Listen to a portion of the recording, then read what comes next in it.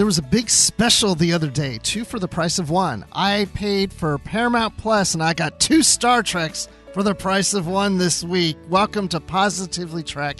I'm Bruce Gibson. Is that my name? Bruce Gibson? Yeah, I'm Bruce Gibson, and with me is Dan Gunther, who also watched 2 for the price of 1. I did, yes. 2 Star Treks. We got that little taste of that earlier this year with Prodigy and Discovery, the 1 week that there was 2 of them. But this week we've got 2 live-action Star Treks for the first time since 1999, I think it is. And we've got Picard and Discovery to talk about this week. And yeah, both of them, watched them on Crave up here in Canada. And man, it was so much fun. I love that there's more Star Trek to watch each week now. Yes, I got up early on Thursday morning and I watched Discovery first, and then I watched Picard, and then I watched them again that evening with my wife. So I've seen them twice, and that was on Thursday. And we're recording on a Saturday, so I need to watch them again. Nice. Yeah. I watched Picard on Thursday. It came out on Crave on Thursday. Discovery didn't come out until Friday on Crave. So I had to go against what we talked about last week, where I wanted to watch Discovery first and then Picard. But I couldn't just let that first episode of Picard sit there on Crave unwatched for a whole day. I'm only human, people. Come on. Oh, yeah. There's no way that you could just let that sit there. Wait, you're going to wait when you can watch it? No, you have to watch it because you know what? You're craving it. That's Absolutely. why they call it Crave. That's good branding right there. It is. Well, we're going to talk about those 2 episodes here on the show. Before we do that, we just want to touch on a few things that have come out in the Star Trek news buzz feeds out there in the world. And we do have some Star Trek Picard photos that have been released that we're going to take a quick look at. But, this is an audio podcast, so, you can't see all this. But we're going to have a link in the show notes so you can go look at this. But these are new publicity photos featuring the cast in their characters in Guinan's 10 Forward Bar in historic Los Angeles. And, I really do enjoy these photos. Actually, they should be on cards, right? Like we can trade cards of these character photos. Ooh, that's cool. So yeah, the Star Trek Picard Season 2 trading cards will be coming out at some point later this year.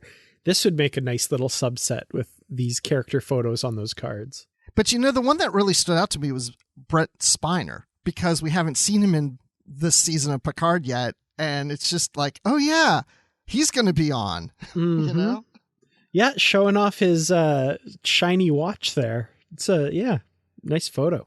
Why does he need to know what time it is? Come on. Just get on the set and play your part, dude. No, but I'm assuming, yes, we already know he's the 21st century soon, that we're going to get, that whole family line all looks alike. It's just amazing. Very strong genetics in the Sung family, apparently. But now this 10 Forward Bar, this is interesting to me because they actually are offering in real life, you can go to this 10 Forward Bar in Los Angeles starting March 10th through March 20th. It's a limited time thing, and you have to get a ticket or register to go. And so there are limited number of tickets available.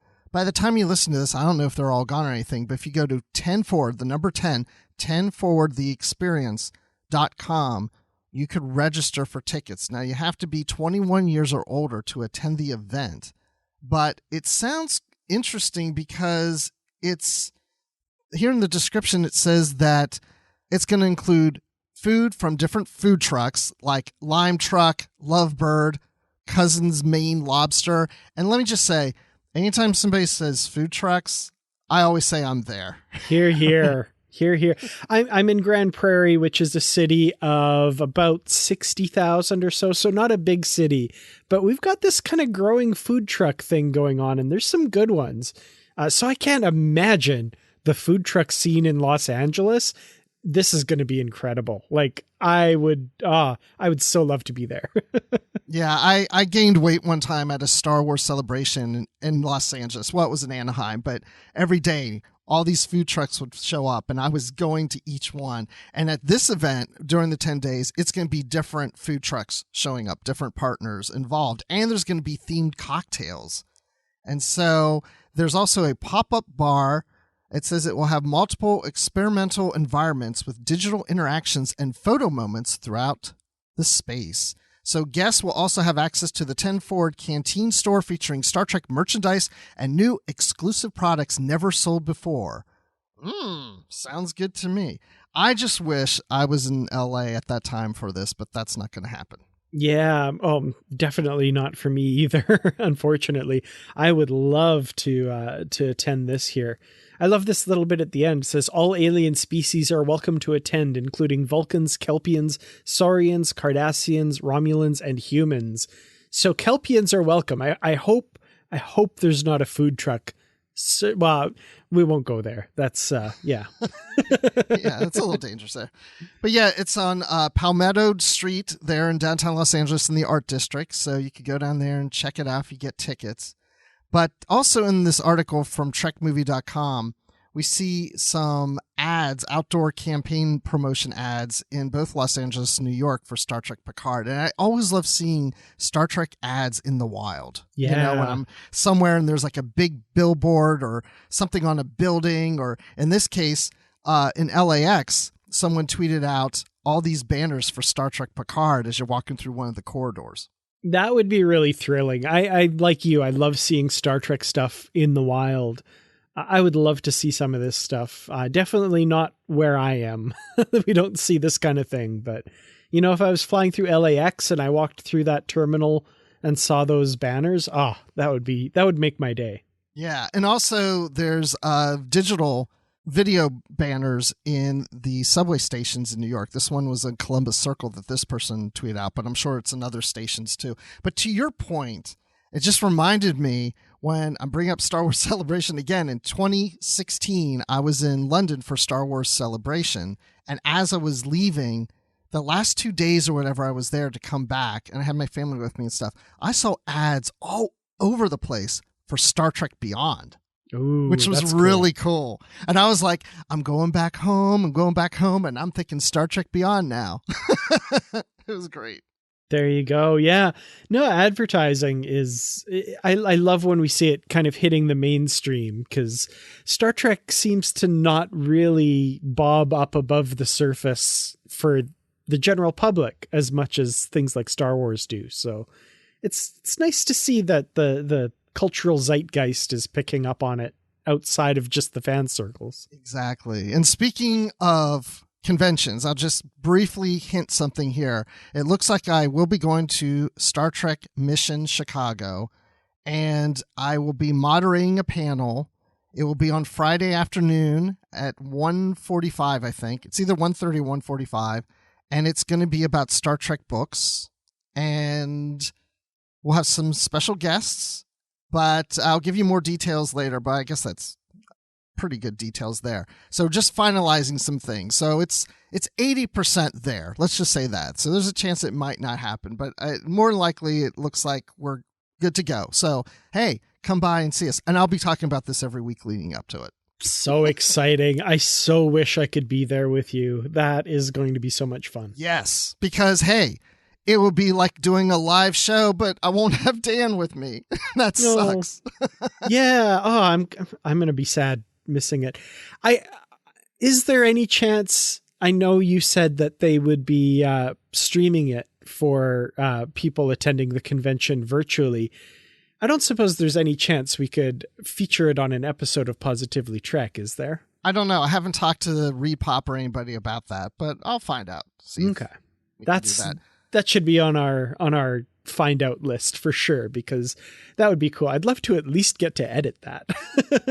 If I can't be there, you know. Why? Because you want to edit it and put yourself in it, right? Exactly. There you go. Get the room tone and find an auditorium that sounds about the same and just record at least myself laughing to your funny jokes and that kind of thing. Or if I ask a question to like an author and I say, so tell me how you came up with this character. And then you can insert yourself saying, yeah, I'd be really interested to know why you decided to make the character this da da da da da. And it would sound so natural, like we're doing the show together. There you go. Podcast magic. Actually, we record this podcast separately from each other where it's not real time, and then we just edit in to make it sound like we're actually talking to each other back and forth. That's absolutely true. Yep. See, you just edited that in. I did just edit that in, and I knew you were going to say that. What's really interesting is that we both record ourselves without having heard the other person, and we just both know each other so well. We know exactly how the conversation's going to go and where it's leading. It's amazing how we can do that. It's like I should have married you. The ultimate podcast team up here, yeah. But at least you don't complete my sentences like my wife does. So, yeah, that's a whole nother story. Well, speaking of stories, we have one more story here before we talk about the 2 episodes of Star Trek that came out this week. So here we go. Star Trek The Next Generation is leaving Netflix in the United States of America in April. And this isn't, I mean, I guess we all knew this was coming, but I just wanted to mention this because it's so weird to me now that all the Star Trek stuff is on Paramount Plus, and I used to watch all this stuff on Netflix. And even though TNG's been on Netflix, I've been watching it on Paramount Plus. I've stopped going to Netflix. And in this case, Deep Space Nine is going to be the only Star Trek series on Netflix in the U.S. Wow. Yeah, it's definitely end of an era, all the Star Trek series being on Netflix and stuff. And, TNG kind of stuck it out longer than most of the other ones, but it's sad to see it leaving. Here in Canada, I think they're all still on Crave, and I think Netflix as well, for TNG at least here in Canada. So I'm sure we'll see those dominoes fall at some point in the not too distant future as well here. Yeah, and, they still can run other places. I know that TNG, I think, is still shown on BBC America. They're going to appear in... And just because they come off of something, they could show up back later somewhere else. Then the reason I'm mentioning that is I understand why Paramount is doing this, but at the same time, I don't want it to be that the only way new Star Trek fans can find Star Trek is if they subscribe to Paramount Plus, because if they don't subscribe to the service, then they'll never run into what Star Trek is, because they'll never just happen upon it unless they have that one service. Mm-hmm. Absolutely. Yeah, I feel like it would be smart to keep them at least in a semi kind of rotating basis on other services and stuff too. But of course, this might not be entirely Paramount's decision either. If Netflix is maybe not going to be able to get all of the series, maybe they have some say in the decision as well. I honestly have no idea. I can't say either way, but I wouldn't be surprised if, maybe some of the streaming services that are losing these shows, it might not entirely just be on Paramount. They might have some say in that as well. Yeah, it could definitely be. It's a two-sided thing, right? It's two parties trying to come up with stuff. But it does seem to lean more towards, I think, Paramount trying to keep everything under their umbrella. But, because we even talked the other week about the movies. When the new movies come out, they'll go exclusively to Paramount Plus after the theaters. And see, that's an interesting thing, because when the new movies find a new audience for Star Trek and they want to see more, where do they go to see more? They're going to have to go and subscribe to Paramount Plus. Yeah, I'm sure I would love to get a look at the binder that has like their 5 to 10 year plan and get all those little, but I'm sure they have their kind of idea of how they're going to drive people to the app and that kind of thing. So, yeah. I don't know. It'd be nice to get a little insight into that. Well, maybe we'll get them on the show and ask them and have them bring their binder with them. There you go. Yeah, I'm sure that'll go over well. I'm sure they'll just read it page by page and give us all the inside info. Mm-hmm. Well, no, that's not going to happen. So, but let's go ahead and move forward with reviewing the latest episode of Discovery and Picard, and we'll be doing that here in a moment. I cannot think of any materials that could withstand the extreme pressures at the core of a gas giant. It seems rather impossible for biological entities as well. The 10C must have lived in the gas layers. But how? They must be unlike any species we've ever encountered. Well, there has to be something down there to help us communicate with them. Oh, one structure looks like it's still intact. Perhaps it was reinforced in some way? But why? We're about to find out. Star Trek Discovery, Season 4, Episode 11, Rosetta. I wonder what that means. Well, we're going to touch on that for sure. Absolutely for sure. So now we've got this situation where we've gone beyond the galactic barrier and we're not chasing Book and Tarka in this episode like we were in the last couple ones, which is cool for me. But we do have Book and Tarka in this episode. We have everybody but Tilly, of course, and Gray. But before we get into this, my wife was really concerned after this episode. She said, "Okay, are we never getting Tilly again?" And I was like, "No, we know she's coming back." So, but I do have my concerns now because are they going to be stuck in this other galaxy and never return and we never get back to Tilly? Oh man, I really hope not. I'm assuming that part of it's going to be done in the next 2 episodes. I really hope, anyway. We've been told Tilly is coming back this season. Now, we're down to just 2 episodes left, so, she's either back next week or the week after, right? She's coming back, right? I don't know, I'm starting to get a little worried, too. I know we're kind of going off on a tangent here, but I was thinking about how if they don't come back, think how Bryce has stayed behind and they're working on a communication device. Tilly could just communicate with them. Doesn't mean the ship comes back, Yeah. And she never returns to the Discovery. Okay, I'm sorry to depress everyone. No, I don't think that's going to happen. I think they'll be back home. I mean, they're I can't see them flying around between galaxies for the rest of their lives with the Federation president, the Nivar president, the head of Earth's military on board. They're going to get back. They at least have to drop them back off. Well, that's my concern is if they didn't get back, then you don't have a president of the Federation. You don't have all those people that you need to run the Federation, right? So yeah. So to me, that's just proof they get back. They'll get back. Okay, good. You took that worry out of my mind now. I'm so glad. Thank you, Dan. I really appreciate that. So, okay, this felt very Star Trek to me. Of course, all Star Trek is Star Trek, but I love the idea of a dead planet that they have to go visit. And this is a dead planet because it was bombarded by asteroids. And the fact that they just beam down there and it's just so unusual. And I'm thinking they had to use the volume device for this, I just love this whole examination of the planet and the Dyson sphere thing with the star or whatever. That was pretty cool. The Dyson rings, yeah. Dyson rings, yeah.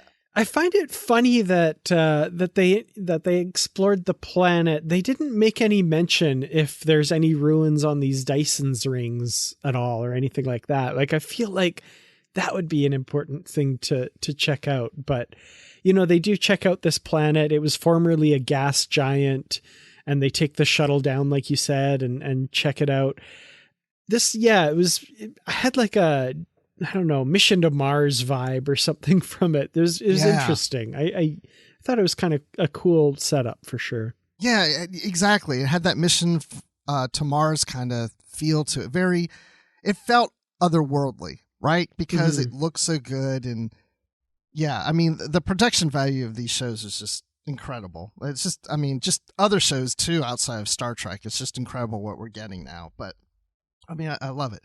And then the other side of things that's going on, we do have Book and Tarka, and they're kind of hiding behind something, so Discovery doesn't find them, and they need to tag along with Discovery when Discovery goes to find species 10C and try to tap into this energy source and all that. And the way they want to do is just piggyback on top of Discovery. And I love how Tarka's just we'll just create a patch.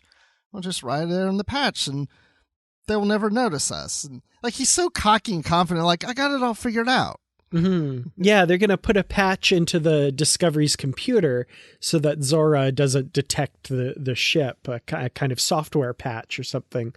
I thought it was kind of interesting. I did like the perspective of them because they've got to sneak on board Discovery to do this. I liked seeing Discovery kind of through their eyes with them sneaking around and no one knowing. Well, not very many people knowing anyway. That list does get 2 names added to it at some point, but we'll get there. Yes, exactly. And then, of course, we have to have the talking heads of what the mission is and what we need to do and all these things. And then we have Dr. Harai, who wasn't eating in this first scene. But was eating in several others. I know. I was like, oh, good, they don't have him eating anymore. Then later we see him eating again. I'm like, oh, my gosh. But I love it. Yeah, and then there's General Ndoya and the president, and there's the Ferengi. Like, everybody's there before the mission to the planet is going to happen. And so we'll touch back on that a little bit later. But then back on the planet, like we were talking about, when they go down the planet, Burnham starts to figure out that this feels like a mass grave, that we find cartilage and things that, beings that were in this gas giant that would have swarmed around stuff, and they're dead on this desert type dusty planet and such.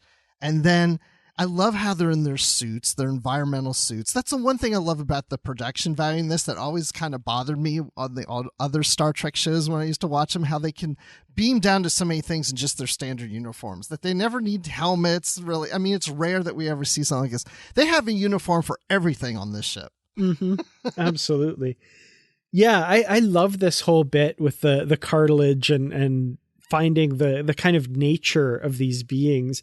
And this is where I think the influence of their science advisor is really coming in, because that's something I remember reading about a lot, was kind of speculation about if gas giants were to have life forms, what form would they take? And some of them pictured like these light kind of balloon type creatures that lived in the gas layers, and other ones with, like we see here, very low density bodies that kind of floated through the thick atmosphere and stuff. And I think that's really cool. I love the idea that the species that we're going to see is completely different from anything we've seen before. And using that idea that I've seen as scientific speculation, I'm trusting them to realize that in a science fiction setting here. This is going to be pretty cool, I think, once we finally meet them. Yeah, it's not just a humanoid species with ridges, right? Yeah, something exactly.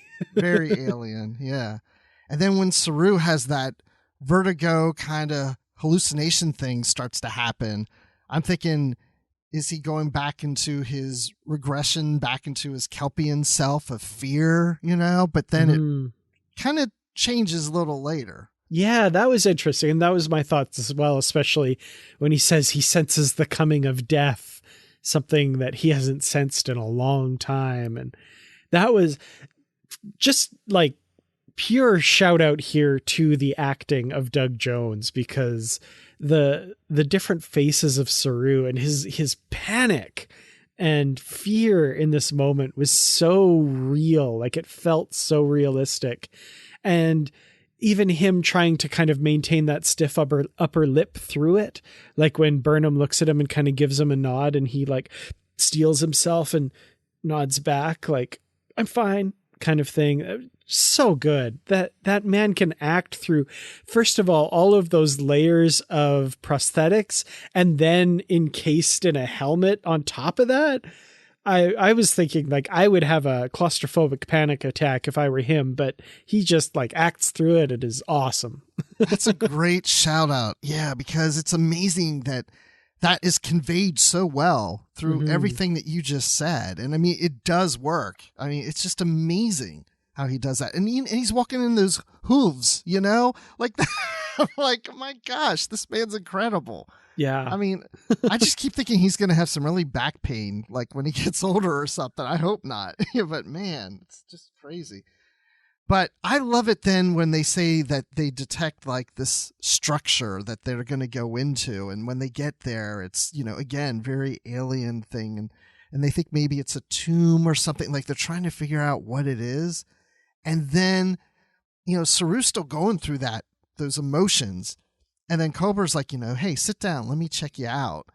And then when it hits Culber, I was like, whoa, wait, what's going on here? Like, why all of a sudden is he getting affected? And then later we see Burnham get infected from this. Yeah, that was a great choice to make Saru the first one, because it really kind of throws our expectations off. Like, something's made Saru revert back to his old self or something like that.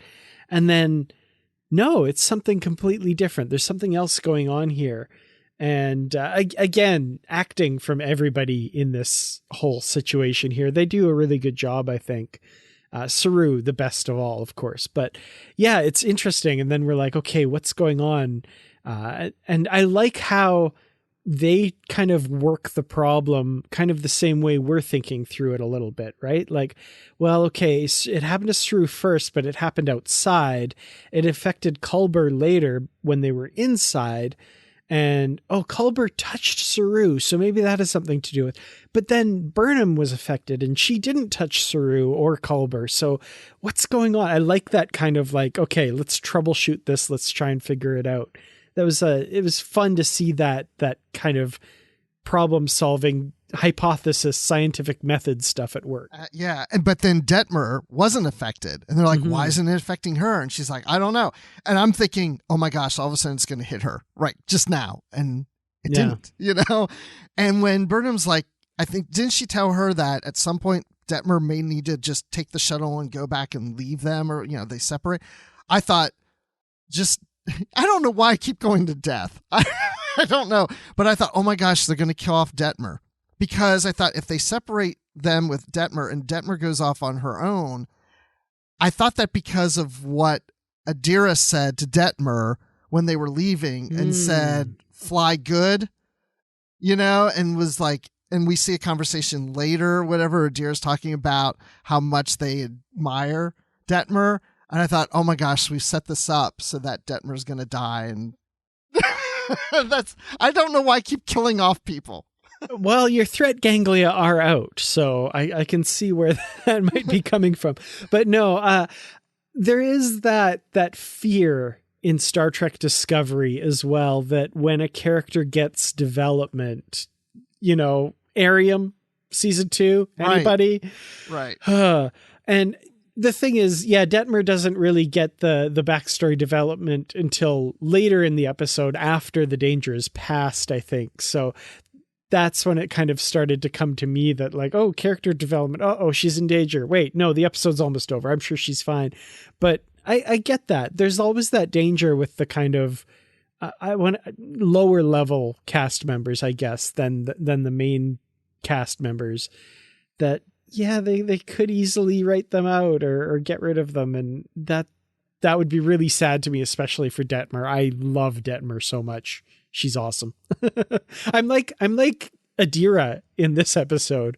I'm like, I love Detmer so much. She's amazing. She's awesome.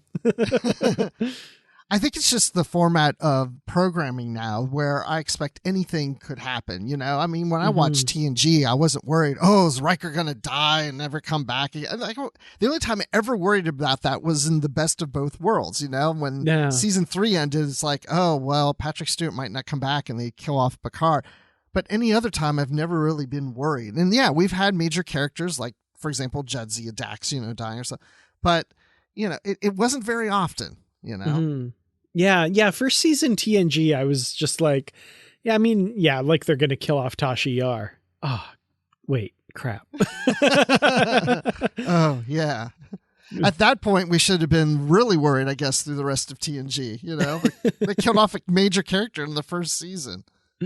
Yeah, but like you say, it's very rare. So, but in the modern ones, not so rare. Not everybody's safe. Yeah. Thinking Game of Thrones and stuff. I've been watching too many of that stuff, I guess. But yeah.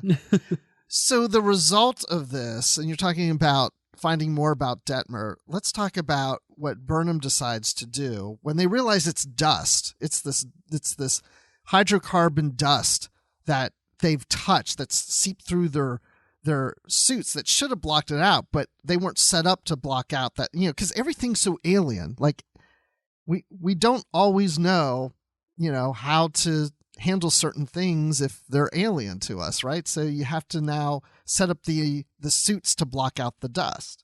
Mm-hmm. But then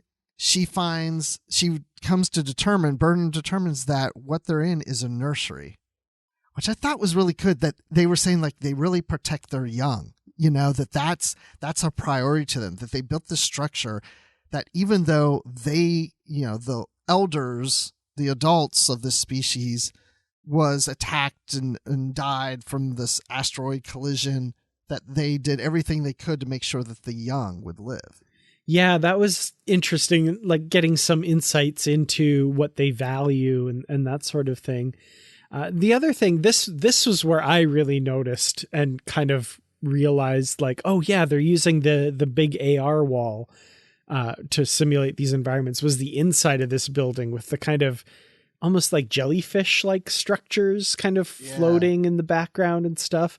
That environment was really impressive. And I was like, that must be really cool to walk around on that set with those AR walls active. That would be pretty cool. Yeah, I'd love to see a behind the scenes look at some of these scenes when they're filming it. It's just, it is got to be really cool to be an actor, anybody on the crew, to be on that set and just see that environment surrounding you. It looks so real. Like if I didn't know that's the technology they were using, I would say, man, that's some really good green screen going on there. Right. But it doesn't look like that. It looks better than that. Yeah, definitely. And you can definitely tell the difference. Like you can really feel that the actors feel more real in this environment than in green screen work. Yeah, because, green screen, it's a little more flat. I mean, this really is surrounding the actors, so there's distance and it's there. It's in the moment. It's not superimposed. It's great. Every time I think of stuff like this, I think, what's the next thing that's going to be invented? It's just got to be the holodeck, right? Right. Which is mentioned in this episode. Okay. So then Burnham's looking at this dust in the nursery and takes a chance, and she turns off her whatever controls to touch the dust with her glove, and she experiences peace, safety, a calmness, opposite of what they experience with the other dust. But with the nursery, with the young, it's that innocence of feeling safe and protected that they haven't felt probably since they were young. And I said, give me some of that dust. I need it right now. Yeah. And they kind of discover that this is like the remnants of the pheromones that these creatures, this species uses. And that seems to be kind of how they communicate. Yes. I like to call it nursery hydrocarbon love dust. Nice. You can buy it at Walmart next week. But I don't know about this, Dan. It was like, I really was like, it made me think about my childhood, about when I was really little and did feel very protected. I don't know what it is. It was just something about that moment that made me really think, because first of all, I was feeling for the characters, especially even like Saru, it just, that moment of peace. And I thought about how there have been times that I've been to my parents' house. And by the way, my parents, we don't live in the same state I grew up in. They're not in the same house. I never lived in the house they live in now. So there's no connection there. And I mean, a lot of the furniture's new. It doesn't even feel like anything like where I grew up, but my parents are there. But when I go there sometimes I feel at peace. I feel that protectiveness. Just, it's like that childhood feeling comes back. Yeah. Yeah. I totally get where you're coming from there. And when you put it in those terms, I totally get it. I totally understand, because I feel the same way. And just this conversation's bringing up a lot of stuff that's just recently kind of happening. My parents live right now in the same house that they lived in for my entire life. Like I grew up there, and when I come home, it's to there, and that's the feelings I associate with that place. And just yesterday, my parents announced to me that they're planning on selling and moving to town. They live out on the farm. And it's funny, just you saying this just now is making me think of that place. And I mean, home is wherever your parents are, right? Or Right. at least in my case, I feel like that will be the case. But at the same time, it's like, that's interesting. I'm sorry, I'm kind of going on a bit of a tangent here, but those feelings, every time I go home to my parents' place, it's just like, it's like a half-hour drive from where I live right now, but it feels like the end of a long journey when I get there, and I just kind of, and I'm home again. Right. Right. And I think that's honestly because it's my parents. It's them. And that feeling of no matter how old you are, no matter where you are in your life, that makes you feel protected and loved. And I get that. That's awesome. Yeah. And I mean, even though, I mean, it's probably more so for you because it's the house you grew up in. That just adds more weight to it, and you're going to lose that. But you're right. It's where your parents are. But then, at some point in our lives, and people listening to the show, we lose our parents, and then we have to go through that. And those feelings of returning to something are going to fade away more so over time. And maybe that's why this kind of, it didn't like really emotionally affect me. Like I wasn't like tearing up or anything. It was just of like, oh, that calmness, because I think the older you get, the more distant that feels, that feeling of when you were a kid and feel protected like that, and so I want that dust. I get that. I absolutely get that. So, yeah. Anyway, let's move on. I don't want to get too emotional, but someone did get emotional in this scene, and that was Detmer, because she was talking about the relationship with her father. We've come to find out that she lost her mother, and her father had issues, and so her childhood doesn't sound like it was perfect. Yeah, my heart broke a little bit when she starts to say, I've never felt, and she's going to say, I've never felt this before, or, yeah.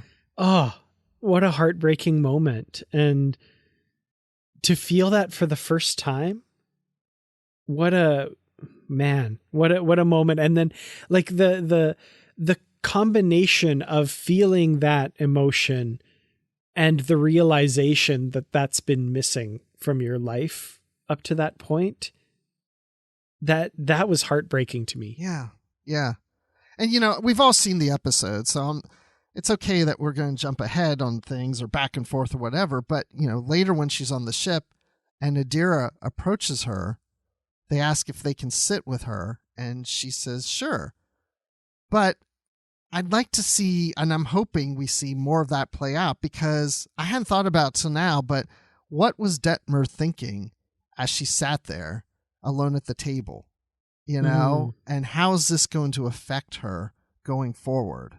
But then they also figure out that these hydrocarbons, this dust, is comparable to the Rosetta Stone, which is an Earth artifact used to decipher hieroglyphics from ancient Egypt. And so we can use this to communicate and understand how to communicate with species 10C. Yeah. And of course, we all know about the Rosetta Stone and how that facilitated deciphering those hieroglyphics.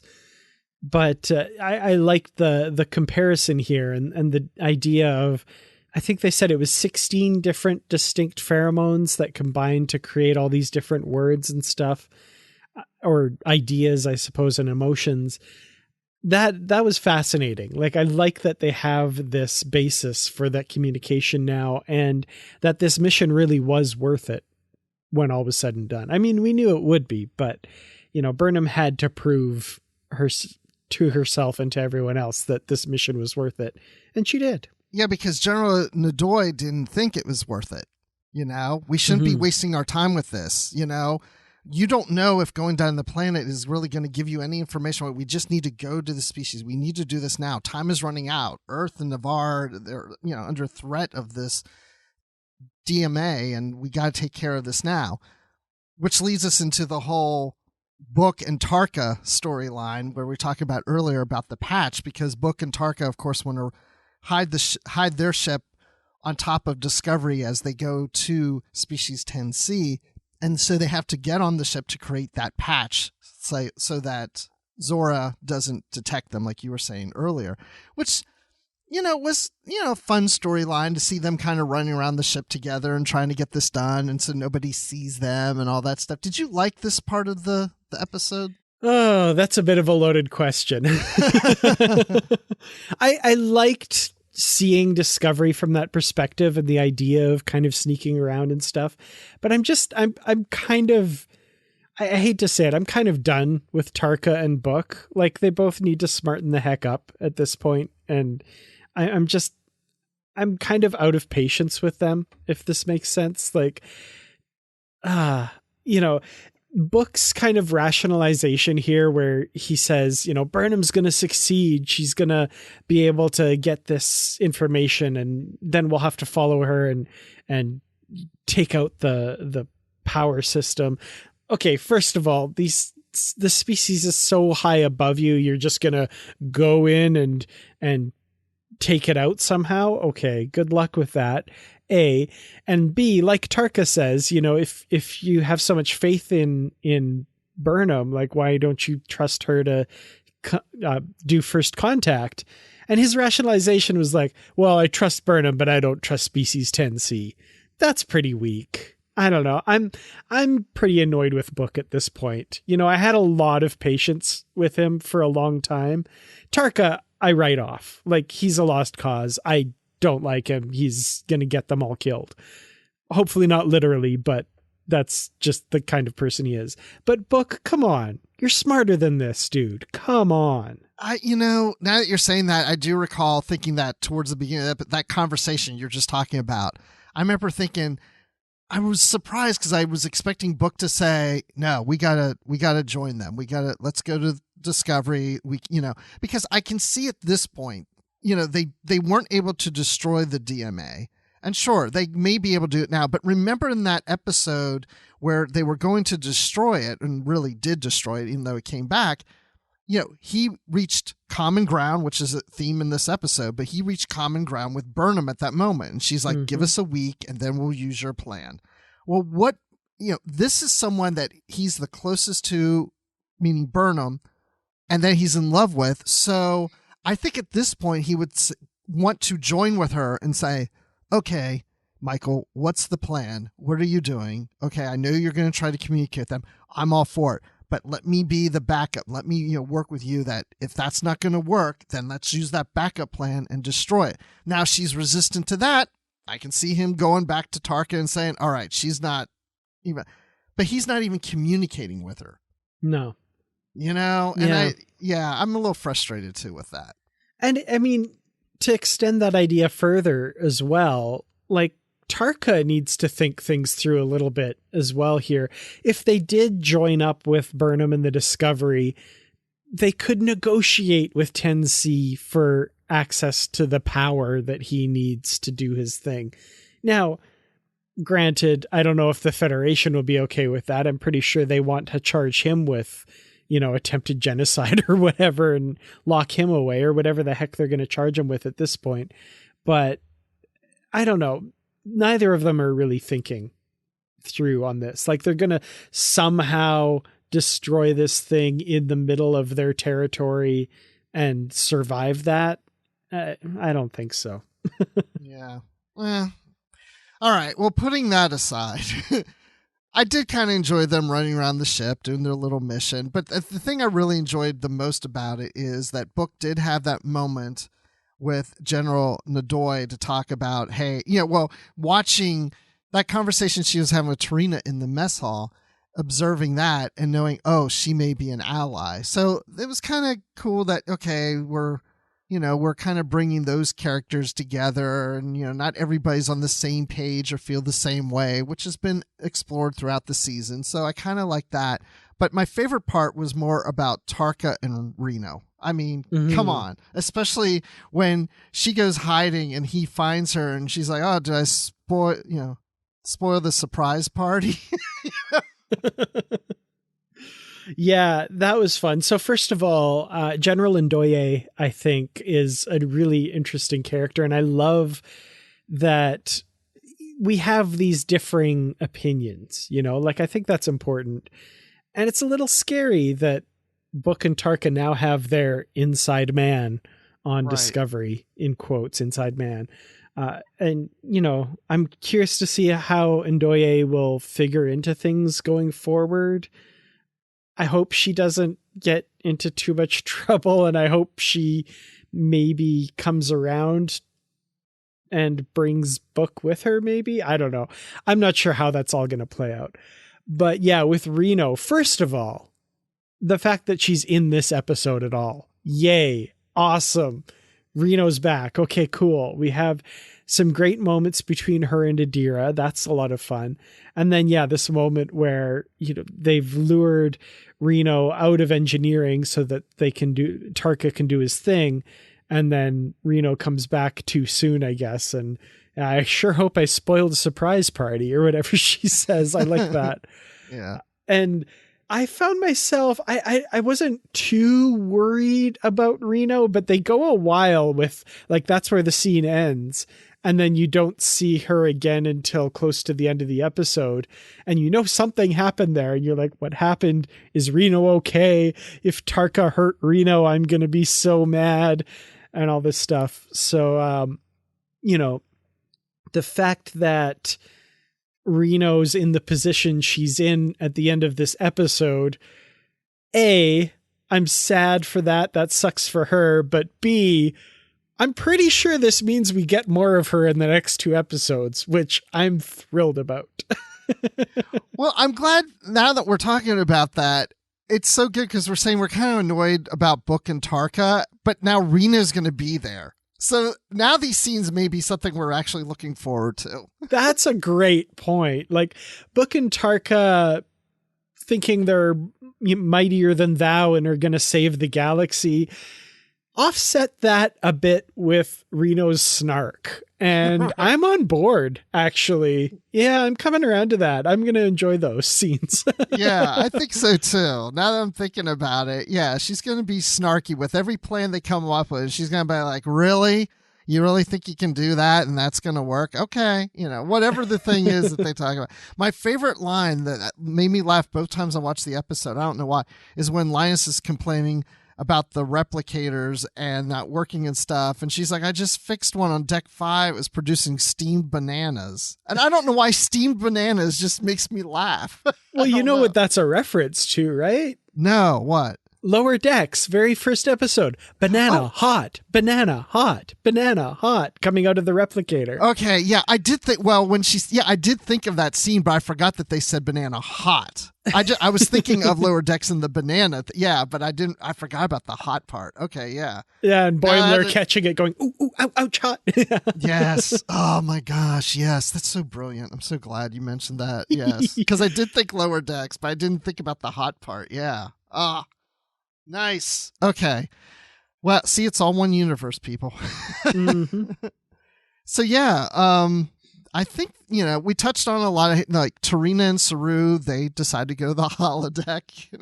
It's like, I don't know if I want to see that scene. I don't know what's going to happen in there. They're just going for a walk. You heard the president. They're just going for a walk. And then you see the look on Stamets' face where he's like, oh, right. Exactly. That was great. That was a lot of fun. Well, is there anything else you want to mention about this episode before we give our final thoughts? So yeah, final thoughts on this episode. I generally enjoyed it. How do I put this? It's not that I'm like impatient for the end or anything like that, but I do feel like Discovery might have a bit of a pacing issue when it comes to the ends of their seasons, if that makes any sense. I recently watched a video by Steve Shives, friend of the show, and he made a really good point about how so far every season of Star Trek Discovery has ended with, kind of drawing out the story a little bit until the last episode or two, and then giving us a million plot points and wrapping things up really frenetically with a whole bunch of stuff happening all at once. And he's got a really good point. Season 1 ended like that. Season 2 ended like that. And season 3 ended like that. So I don't think it's out of the realm of possibility to be kind of worrying that that's where season 4 is going a little bit. Don't get me wrong. I love Discovery. I've enjoyed all 3 of those previous seasons. My reviews are on record. I enjoyed those episodes, but it does sometimes feel like there's a little bit of treading water for a little while before, okay, now finally all the big stuff happens right at the end. And I'm a little worried about that. And this episode was a little slow to me. I really enjoyed the themes. I enjoyed the characterizations. I enjoyed the little moments, but at the same time, it did feel like a little bit of kind of caught in quicksand, just a little bit. It just felt a little slow to me. So yeah, I don't know what to say other than like, I enjoy what's going on, but I'm pretty eager for things to kind of get moving a little bit more than they have been. So, yeah, this is probably, I'm going to say, sadly, my least favorite episode of the season so far, but still enjoyable. So, yeah, I'm going to give it 3 out of 5 non-Kelpian induced panic attacks. Mm-hmm. It's interesting. Yeah, I can see exactly what you're saying. I think that's how I felt the previous 2 episodes. It's like, I want to just get there.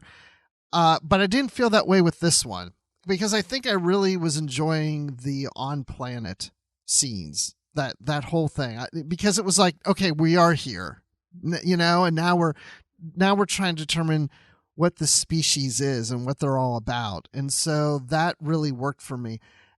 As you were talking, I started thinking how the previous episode, I remember saying, getting through the galactic barrier, that storyline was just getting through the barrier. There really wasn't much there. There's good character moments, but, so I almost think like this could have been a really cool episode and maybe be too much for one episode. But if we would have gotten last week's episode about Tarka as one of the storylines, and the alternate storyline is the crew here on this planet, and maybe in the early part of the episode, they get through the galactic barrier within 10 minutes or something. I don't know. I don't know. But to your point, that, yeah, it feels like they come up with a beginning and an end, and then they fill the middle of the season of just, doing these little storylines to get to it. And then, okay, now we're ready to tell the end of the story, and here's all this stuff, right? Yeah, mm-hmm. I can see that. Yeah, I mean, I guess I am a little worried too, but to your point, I've enjoyed them all too. But I did enjoy this episode probably a little more than the last 2. Well, maybe about on par with last week's, but just a little higher. But I'll say, 4 out of 5 steamed bananas for this one. Nice. That's a great rating. I love it. Okay, next, let's talk about Star Trek Picard, but we'll be back right after this. Thank you so much to our Patreon supporters for helping us to bring you this episode of Positively Trek. We truly could not do it without your support. To join the ranks of our Patreon supporters, such as Carl Morris, Joyce Marin, Jim Stoffel, Dave Garcia, Rick Young, Paul D. Kinnear, and John Blaber, please go to patreon.com/positivelytrek. You can join at any level to receive perks such as early access to episodes and exclusive bonus content. And at higher levels, there are shoutouts and associate producer credits, and much more. Thank you once again for your support of Positively Trek. And now, let's get back to the show. Why have you chosen to be alone? I'm hardly alone. You know what I mean. As you say, I've spent my life in the stars. And is that what you really want?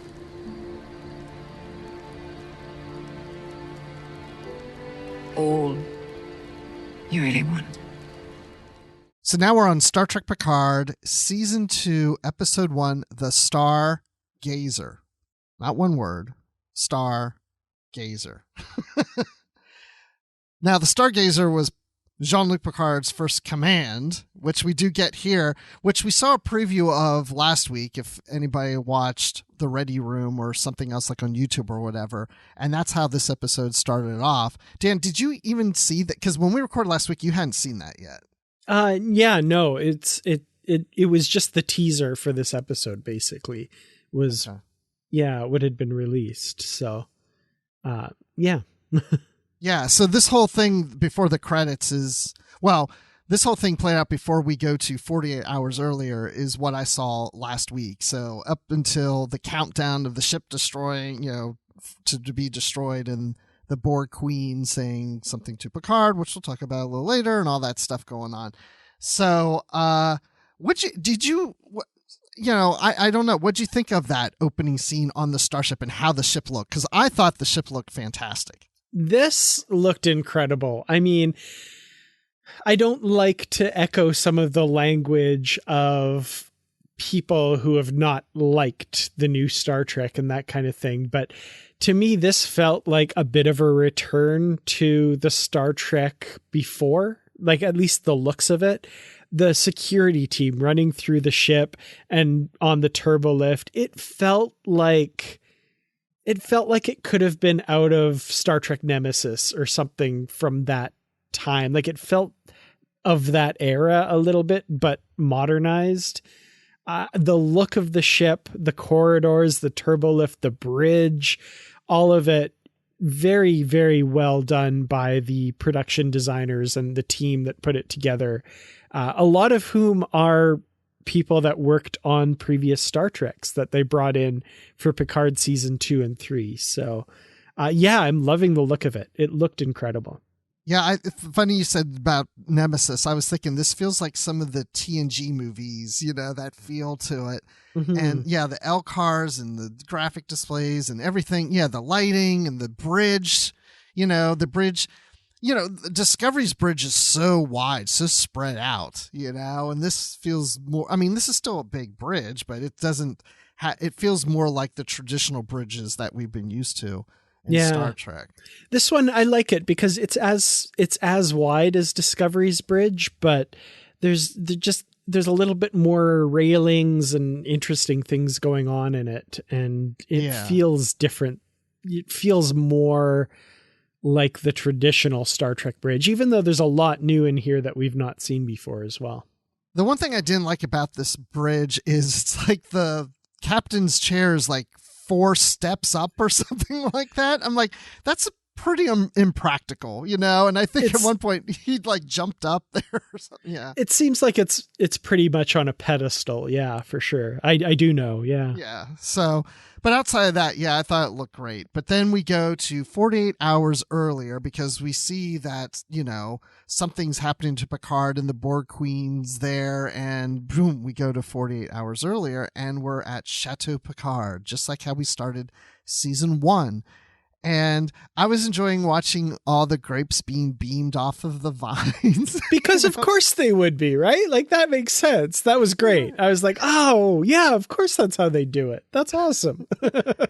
And his dog number 1's there with him, and the music playing and the people working, and Laris is there. And I kept saying, where's Zhaban? Where's Zhaban? Oh, that makes me so sad.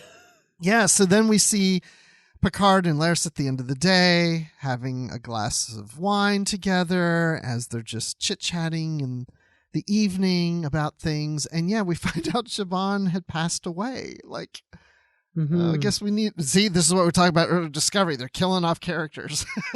Yeah, definitely sad to hear of Zhaban's passing, and it's too bad they wrote him out. I really liked him as well as Laris. Laris is still my favorite Romulan of all time, I think. But Zhaban's up there. He was pretty great too. Yeah, but they had to open up Laris to have a relationship with Picard, or at least an interest in Picard. She starts, indicating to him that, now that, Romulans show their deep love by, having that love, but when once passes on, you keep that deep love going by having another deep love relationship with someone else. You honor that previous love by loving deeply still, and even deeper. Yeah. Yes. I thought that was interesting. I love discussions of different cultural ideas, and that one was kind of cool. And I love Picard's look like, oh, me. Okay.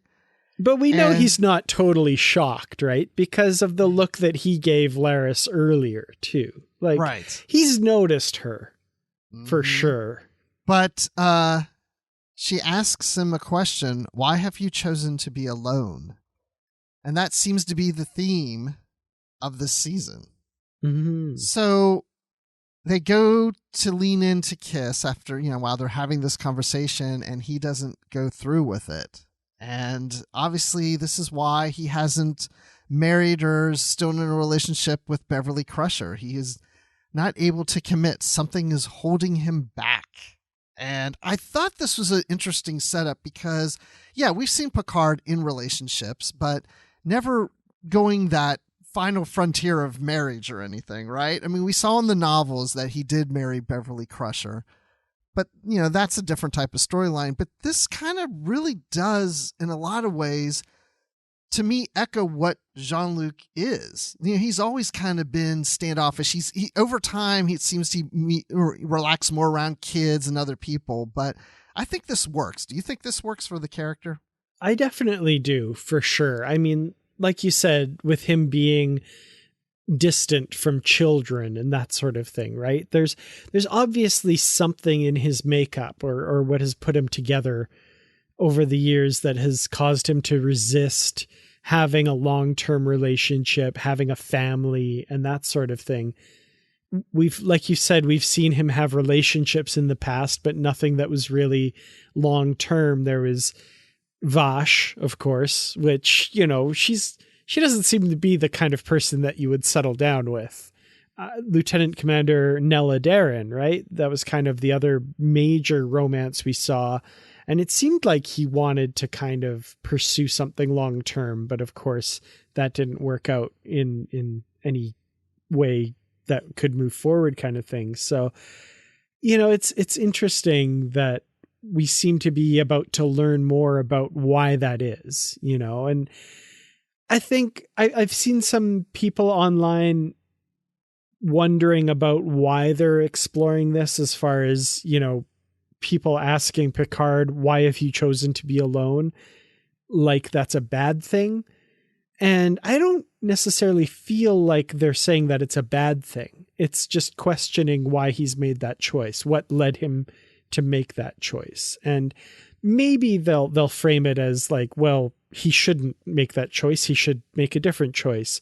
But they might not. It might not be that was a bad choice. It's just, why has that become what his life is at this point? Yeah. And then we get this flashback to his childhood where he's at the chateau in their home and he goes into that greenhouse area and he's, flashing back to himself as a child, and his mother is there. And and I wanted to ask you this, and I didn't look it up. I couldn't remember. Had we ever gotten anything in the series that talked about his mother much? Do we know much backstory on this character? No, we only saw her the one time, I think, in Picard's memories in the episode Where No One Has Gone Before, where your thoughts become real, kind of thing. And I think she's there briefly. But yeah, we hadn't seen much of her. Yeah. Okay, that's what I thought. Because I couldn't remember. Because I know, of course, Robert, his brother, we got a lot of him and in an episode of Family, and we've heard about his father. And it sounded like Jean-Luc had a strained relationship with his father and even with his brother. But we don't know a whole lot about his mother. And here she is in the scene, and it sounds like there's an abusive relationship going on there between Jean-Luc's father and his mother, and maybe even with his father and Jean-Luc himself. Yeah, this is something that is very, very clearly drawn from Patrick Stewart's own life, based on stories he's told and groups he's advocated for and that kind of thing. So it's interesting that they're bringing that into Picard's character, and it fits from what we've heard before. There's nothing to preclude this from being something that happened. We've heard that Picard's father was very hard on him and disagreed with his decision to go to Starfleet and all that stuff. But that's really all we really knew, other than we saw him briefly in the episode Tapestry, and Q kind of makes him appear there. And his appearance there is basically him saying, I told you, Jean-Luc, that joining Starfleet would bring you to a bad end. And Picard looks pretty taken aback from seeing his father. So it kind of fits. I don't know. And it's almost suggested is that Jean-Luc wanted to go to the stars because of this moment with his mother where, in order to escape what's going on in this household, in his life, in order to escape, this is their safe place together, and just to look up at the stars. And it's almost like as a child, as these events are occurring, these bad events, he's going up and he's looking up at those stars, and that's his escape. And it's almost suggesting that he took a career in Starfleet and has been a captain all this time because he wanted to go to his safe place to escape into the stars. But of course, it ends up not being a safe place for him. That's, with the Borg and everything else going on, in a lot of ways, he doesn't have a safe place. Mm-hmm. Absolutely, yeah. He needs some of that nursery love dust I was talking about in Discovery. There you go, yeah. So then we see the USS Avalon detecting a strange spatial anomaly. And I'm like, oh no, is it the DMA? No, it's not. Don't worry, people. It's something else. It's another anomaly. We like anomalies in here. And so that leads into like a commercial break. And then we come back and we find Laris and Picard at the chateau, and Picard's looking for a book. And I love it how she knows exactly what book he's looking for, because now they have this strange thing, because this weird thing happened the night before where they went to kiss and he pulled back, and she's, she left a little upset, knowing that he's just being himself. He's being Jean-Luc, not letting her in, that's how he is. And now he's looking for this book. He's like, oh, I'm looking for this book. And she knows exactly what book without naming it. And she goes and brings it to him. She knows where it is. And I love how her lines, she says that she's too old for awkward. I love that line. I'm going to use that when I'm old, because I'm right now going to say I'm not old. Yeah, no, that was great. Some context for that line, however, though, is she's going to leave now. Right. Because it's awkward. And she's too old for awkward, like you said. That was a heartbreaking moment for sure. And Picard, come on, man. It's Laris. That's all I have to say. I don't know. I'm mad at Picard at this point. Yeah, and you can tell he goes to try to say something and he just doesn't, And you got to think, here's a man that has faced the Borg and all these politicians and presidents and his hubris and all these things that we've gotten from. He's able to stand up to anybody, but he can't just say something to a woman that he's possibly in love with, or at least strongly interested. He just can't say, don't go. Mm-hmm. Right? It's just amazing that a man like that can do so much and has so much power and authority in his life and handled all these things, can't do that one thing. I had that same thought watching this. Absolutely. Which then, of course, we go and we see he's making a speech at Starfleet Academy in front of everybody. There's no stage fright there. Again, he's commanding the room and he's talking about being the last of the Picard line, which I thought was an interesting piece too, that he's showing that his family line, that he's the end. He's the period at the end of that sentence. Yeah, and this is a theme they've played with Picard since Star Trek Generations, right? That, the family would go on, but now it won't, because he made certain choices in his life, and there's no one else to carry the name forward as well.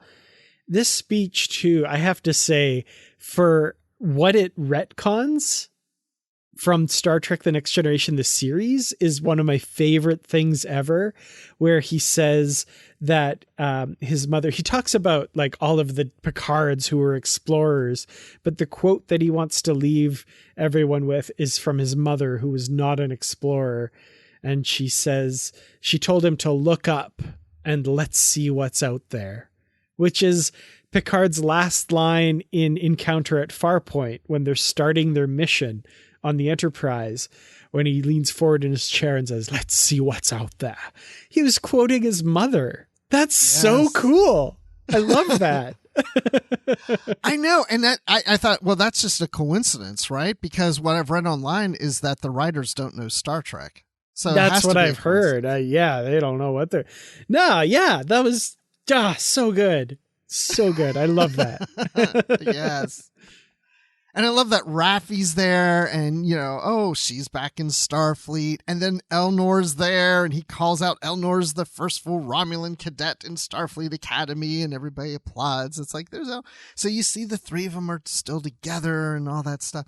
And very cool. And following in Worf's footsteps, right? Because we had the enemy of the Federation, the Klingons, and then Worf was the first Klingon in Starfleet, and then the enemy of the Federation, the Romulans, and Elnor is the first full Romulan in Starfleet. And nice covering their butts continuity-wise there, with Picard saying first full Romulan, because of course we had Simon Tarses, who's like maternal grandfather was 1/4 Romulan or something like that, or some, whatever it was. Yeah. Yeah. And Saavik is apparently half Vulcan, half Romulan. Apparently not in canon, but right. Possibly. Yeah. So yeah, I thought that was good too. And then even later in a later scene, while they're still down there, we see that Raffi and Elnor are assigned to the Excelsior, and there's all these, plaques or whatever that's showing the different ships and, his original Stargazer. But what I also liked is that book that he went to get that Laris helped him find was a book by Spock. And I like how he said, that this is Spock talking about his experiences of, being in Starfleet, joining Starfleet and going through the Academy, because he was one of the first Vulcans to join Starfleet. And I like that, one of the first, because there's always been debate in fandom where people say he was the first Vulcan and others say, well, that hasn't really been established. And and then of course we got T'Pol and Enterprise and stuff. So I love how he says he was one of the first. I thought that was clever too. Yeah. And we know even from the original series that he definitely wasn't the first, because there was an entire ship full of Vulcans, the USS Intrepid. So that one's always bugged me that people thought he was the first. Yeah. I don't know. Yeah, exactly. Yeah. But it was always, they always said he was the first Vulcan in Starfleet though, which is definitely not true. Yeah. But yeah, I thought it was cool they're going to the Excelsior. And we also heard a ship called the Akaru Sulu ship. Mm-hmm. But then in an earlier scene, we saw 7 of 9, and she's on the La Sirena, which we kind of knew this from some previews we saw before. And I love the scenes of her fighting the pirates with the hologram of Emmett, the Rios hologram, helping to fight and turn the safety protocols off so he can beat up one of the pirates and stuff. That was a lot of fun. Mm-hmm. That was pretty cool. I guess. So 7 mentions that she combined all of the holograms into one, basically. And like, she's annoyed that this hologram still tries to look after her and stuff. I thought that was pretty great. Yeah. And in a lot of ways, he's questioning her, just like Laris is questioning Picard. Like, why are you on your own? She doesn't want a full crew. He's like, why don't you get some like real people here, some real blood and bones on this ship? And she's just like, I don't want that. I don't want to be, I want to be alone. And of course, we talked about the audio drama about her relationship with Raffi. Did that audio drama come to mind while you were watching this episode? Because it did for me. Oh, absolutely. Yeah. I mean, the fact that Raffi is back in Starfleet and 7 of 9's back with the Fenris Rangers and stuff. Yeah, all of that kind of figured into that audio drama. And I love that we listened to that and that it came out in between. And so we kind of got that little bit of backstory there. And we get a little bit from Raffi about 7 of 9 as well, where, she kind of wants a bit more of a relationship, but there's something kind of holding them back there as well. So that was all in my head watching that part for sure. Same here. It was perfect timing for that audio drama to come out. And then we've got Soji and Girardi on Raritan 4, where the Deltans are on. And, I kind of liked how the Deltan is flirting with Girardi and she's drunk. And I was thinking there's probably a lot of people that didn't like that scene. I don't know. Did you care for that scene or not? I thought it was great. I first of all loved seeing the Deltons again. Yes. You know, Lieutenant Ilea, I think, is really the only one we've really seen on screen, at least featured at all. And so it was kind of nice to revisit that and show that they're on this goodwill tour to Federation worlds and stuff. And the Deltons, they're great. What a great classic species from Star Trek the Motion Picture. That's pretty cool. I know, and I was so proud of my wife. She goes, "Are those Deltons?" And I'm like, "Yeah." Nice. But then, Soji is talking to them and, trying to do the synth relations with other species and stuff. And, they left her behind. And I was like, oh, is she going to be a one-time only character? But then I thought, oh, wait, that's not how this series is playing, because we're going to have like a different alternate timeline and stuff going on eventually. But then Girardi goes back to the Stargazer where we see Captain Rios. And when I saw him with that cigar, I have to admit, I was like, okay, I don't want this man smoking on the bridge. But then I realized he never lights the cigar. No, I kind of love that, actually, that because they make a point of showing him lighting the lighter a few times. Right. But it's just an affectation, right? He never lights it. He's not actually smoking it. It's just kind of a something that's just part of his character, that he like an affectation. There's not really another better word for it. And I was like, if Captain Styles in Star Trek 3 can have that ridiculous swagger stick that he walks around with, yeah, Rios can have his cigar. Like, it's fine. But yeah, no, I'm glad that he doesn't smoke it. That would have been just a little too far for me, for sure. Yeah, it's one thing he smokes it on his own ship, but not on a Starfleet ship where it's smoky on the bridge. It would be kind of funny. Maybe they should do an episode of Lower Decks where there's a captain who likes to smoke on the bridge and everybody's smoking because he smokes, and it's just smoke-filled bridge. Yeah, I don't want that. No. Well, the Stargazer is receiving all these static messages from the anomaly, and Girardi translates it out, and she's ciphering it all out or whatever. And by the way, she's stumbling around the bridge, and Rios is just like, let her do her thing, just let her go, like she'll get this. And then she gets the message, help us, Picard. And of course they look at each other like, ooh. Oh, and they also like reconnected with 7 and 9. I like how he's like, what'd you do to my ship? It reminded me of something you'd see in Star Wars of Han asking Lando, or Lando asking Han about the Millennium Falcon, Yeah, for sure. But, she's been helping people who have nowhere else to turn, and sometimes that creates a few dents and scratches in a ship. So, yeah, she's a Fenris Ranger. It comes with the territory. Absolutely. Like, what do you expect, right? She's going to get in some trouble here and there. It can't be picture perfect. He obviously didn't keep it that way himself, so. But then we get the other scene with Guinan. So, we saw some previews of this too, and, I didn't know she could age herself. I thought that was kind of funny. That was clever. I don't feel personally that it was needed to explain why she looked older, because I'm a little more forgiving of some of that stuff than some other fans are, but I guess they felt like they needed to explain why this species who lives hundreds of years had aged so much in just a couple decades. I personally don't think it was necessary, but I kind of applaud their effort that like, oh, okay, I guess they can age if they want to. And she just wanted to keep up a little bit.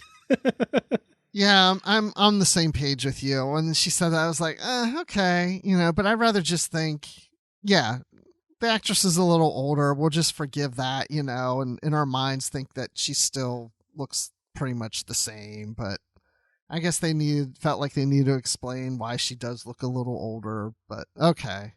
But I guess, the explanation kind of makes sense. People getting freaked out that you're always looking the same. And if she's been in that bar for a long period of time, and especially if people that she used to tend bar to in 10 Forward back on the Enterprise show up every once, so they might be a little freaked out like, my gosh, I'm getting older and look at you. You still look the way you did when I met you 30 years ago.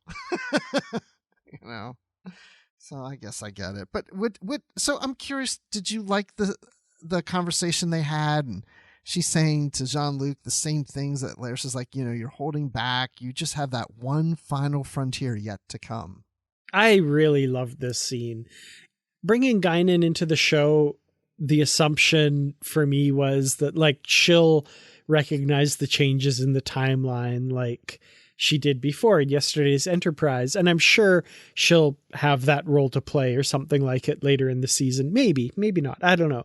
But the fact that they brought her in for this, for just a conversation to catch up on old times and to help her friend, I love that even more. Like, that's such a nice use of this character who supposedly knows Picard better than anybody else in the galaxy. They have a relationship that transcends friendship, and it transcends family, I think is what she said at one point. And I love that. I love seeing that play out here.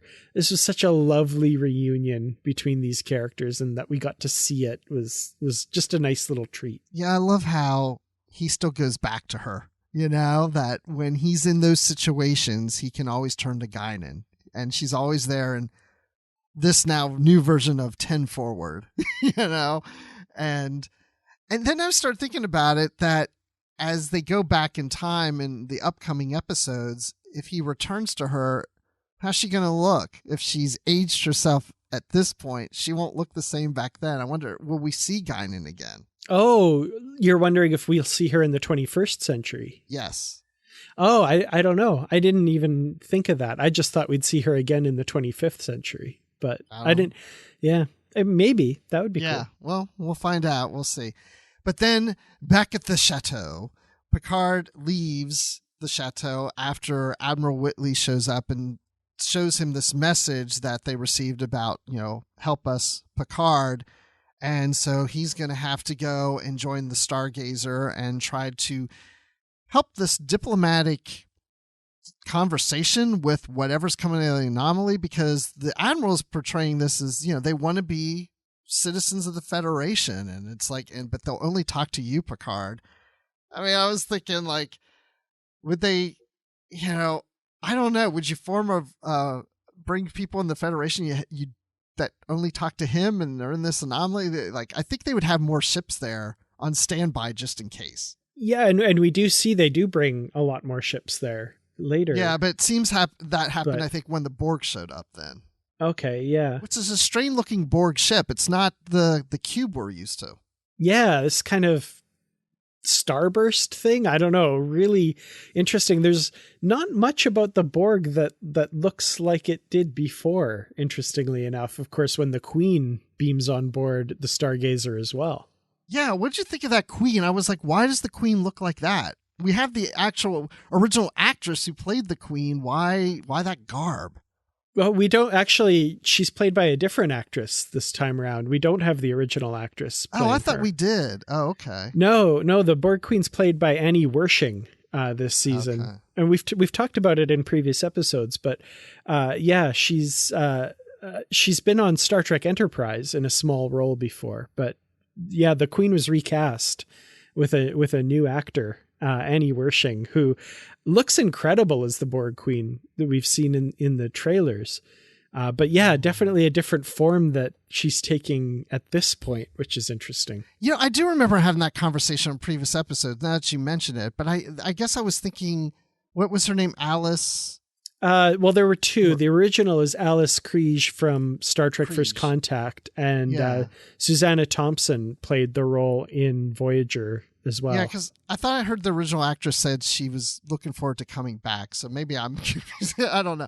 But anyway. Definitely not. Okay. But anyway, yeah, because I was like, she doesn't quite look the same exactly, but close, yes, obviously. But I love that the Stargazer also had the upgrades, the Borg upgrades that they got from the artifact from season 1. And now this Queen is taking these tentacles and trying to, bring energy out of the ship and taking over the ship and the whole fleet of ships that showed up, which, by the way, do not all look alike as they did towards the end of season 1.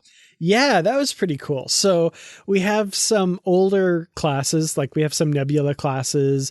There's some Luna class ships like Riker's Titan in there as well as a bunch of ships from Star Trek Online, which is pretty cool. That's a neat little bit of crossing the streams a little bit from different parts of the franchise. Very nicely done on this fleet for sure. So yeah, then that whole scene on the bridge, and she's, but see, that's the other thing. She's shooting those who are shooting at her, which did it kind of piss you off that Rios is telling them to stand down? His crew's not even listening to him. Thank you. I was like, they have a serious discipline problem on this ship. Rios keeps ordering cease fire, stop firing, and they keep shooting. And I kind of forgive it a little later when the security team that we saw at the beginning comes onto the bridge and starts firing because they didn't hear that order.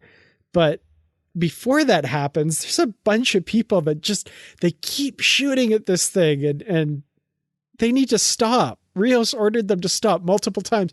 I was like yelling at the screen, like, follow your orders. What are you doing? I was too. I was like, why don't they listen to him? But I thought it was interesting too that Girardi says they're being stunned. Mm-hmm. Yeah, they're not being killed. They're just being stunned. Right. And I mean, why would the Borg do that? Like, what do the Borg care to stun someone? Why don't they just kill them, right? Like, there's something going on with this Borg. There's something going on, but also the cynical part of me will be like, well, you don't want to kill your potential drones. I love that, yeah. I don't think that's what's going on, but it's possible. Yes. So then the countdown to, Picard orders the self-destruct. The ship's counting down like we saw at the very beginning of the episode. Of course, we're seeing it replayed here. And the Queen tells Jean-Luc to look up, just like his mother said. And he's like, what? And of course, then we see the ship and all the other ships in the fleet, like just this explosion happen. And I'm like, there you go, Dan. See, I knew they'd kill everybody off. Now there's no more episodes left. Mm-hmm. But we find Picard waking up back at the chateau in the greenhouse. He's a bit confused, and he's got the Starfleet Delta symbol on his shirt there, but it looks a little different, and he's walking around the chateau. He's calling for Laris, and then one of these synth Harvey shows up. Is there anything I can do for you, sir? And you can tell he's already like, something's not right. This isn't right.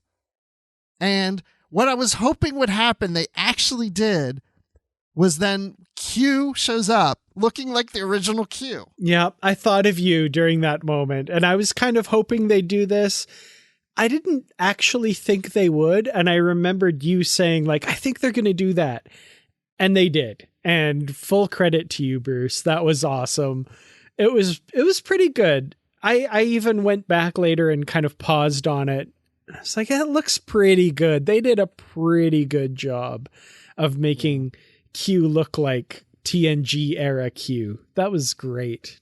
Yeah, I didn't go back. Oh, no, I did go back. I did go back and look another time. But then the second time I watched the episode, I was really looking. I was like, I'm with you. Really good job. I mean, really, really spot on there, Mm-hmm. And then I love how he's like, oh, look at you, Picard, looking old. Let me... He wants to look the same age, And it just makes so much sense because you said, too, when we discussed that that's what Q would do. He would emulate how the other looks like, oh, you're a Starfleet uniform. I'm going to wear a Starfleet uniform. Those kind of things. Yeah, for sure. I would have liked it personally. Maybe it would have been a bit too far, but if at the beginning he showed up looking like his younger self, if he was also wearing like the TNG style uniform. Oh, yeah. And then, like, snap, now he's wearing, like, the sleek black duds, but, yeah, that's okay. That would have been cool, too. I like that idea. That would have been really good. But, so, yeah, this then concludes the episode where, he echoes what he said in TNG, and all good things about the trial never ends. And then I love this line where he says, welcome to the very end of the road not taken. Ooh, what does it mean? I don't know, but I have to tell you, I'm going to just tell you right now, 5 out of 5 grapes for me. Yeah. Yeah. I mean, how could it be anything else? I'm absolutely right there with you. I loved this episode. It looked beautiful. I was just like grinning at certain parts through the whole episode because it was so terrific. Seeing these characters again, seeing Starfleet again, seeing Picard and Raffi in Starfleet again, and Rios as captaining the Stargazer.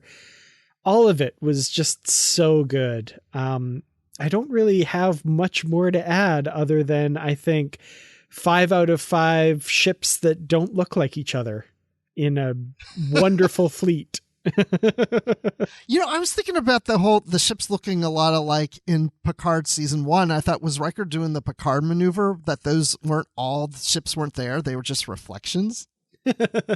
Well, they'd already done that in that same episode with La Serena, so right. I don't know if the Romulans would have fallen for it twice. No, maybe, I don't know, but yeah. Again, 5 out of 5 grapes for me. I don't know what to say except what we've been talking about. It, like you said, it looks great. All the stuff is there. It's just, I just can't wait till the next episode. I'll just put it out there right that. And it's going to be great because I think the next episode also is going to be really good, and we're coming to the conclusion of this season of Discovery, and I feel like that's really going to build up on the next episode. I think we're in for a wild ride for the next 2 weeks. I think so too. Yeah, and definitely some double-sized episodes of Positively Trek as well, which it's a lot of editing work, so yikes. But it's going to be fun. It's going to be fun. Absolutely. Well, Dan, when you're not sucked into 2 episodes of Star Trek, where can people find you? You can find me on Twitter at Kertrats. That's KERTRATS. You can also find me on youtube.com/Kertrats Productions and in the Positively Trek discussion group on Facebook. And I'm in that discussion group too, but you can find me on Twitter at Admiral_Rex. That's Admiral with the underline Rex. I'm also on Instagram at just Admiral Rex. I don't really post much there, but I am looking around. And you can also find me occasionally on the Star Wars Report podcast and Literary Treks. And again, you will probably see me at Star Trek Mission Chicago. So hope to see you there. And you can also send us an email, positivelytrek@gmail.com, and follow us on Twitter at positivelytrek. And join our Goodreads group for a book club there to see what books are coming up here on our book club episodes. So thanks, everyone, for joining us. And as we always say, stay positive.